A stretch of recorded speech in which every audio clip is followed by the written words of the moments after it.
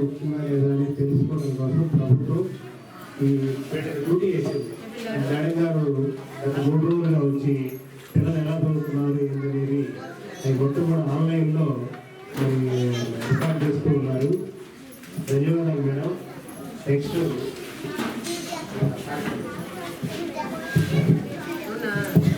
ఈ కార్యక్రమాన్ని మాక్ పార్లమెంట్ చేయబోతున్నాము.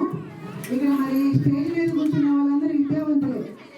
సార్ గారు పోయినసారి మీరు చూసారు, ఎంటెక్ బీటెక్ సారు, మరి మేడం గారు బీటెక్ అనుకుంటాం.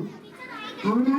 అది ఇంత చక్కగా చదువు జరిగితే అంత పోటీలో మరి మామూలు విషయం కాదు, చాలా తక్కువ వచ్చింది సచివాలయం పరీక్షలు. మరి చక్కగా ఈ రోజు స్టేజ్ మీద కూర్చొని ఒక పదవిలో ఉండి ప్రజలకు సేవ చేస్తున్నారు. మీ పిల్లలు కూడా అలా మన ప్రజలకి, మన గవర్నమెంట్ స్కూల్ చదువుకున్నా మన ప్రజలకి సేవ చేయాలి. పిల్లలు అలా చేయాలంటే వాళ్ళు ఉద్యోగాలు చేయాలి. ప్రభుత్వ ఉద్యోగాలే చేయించండి.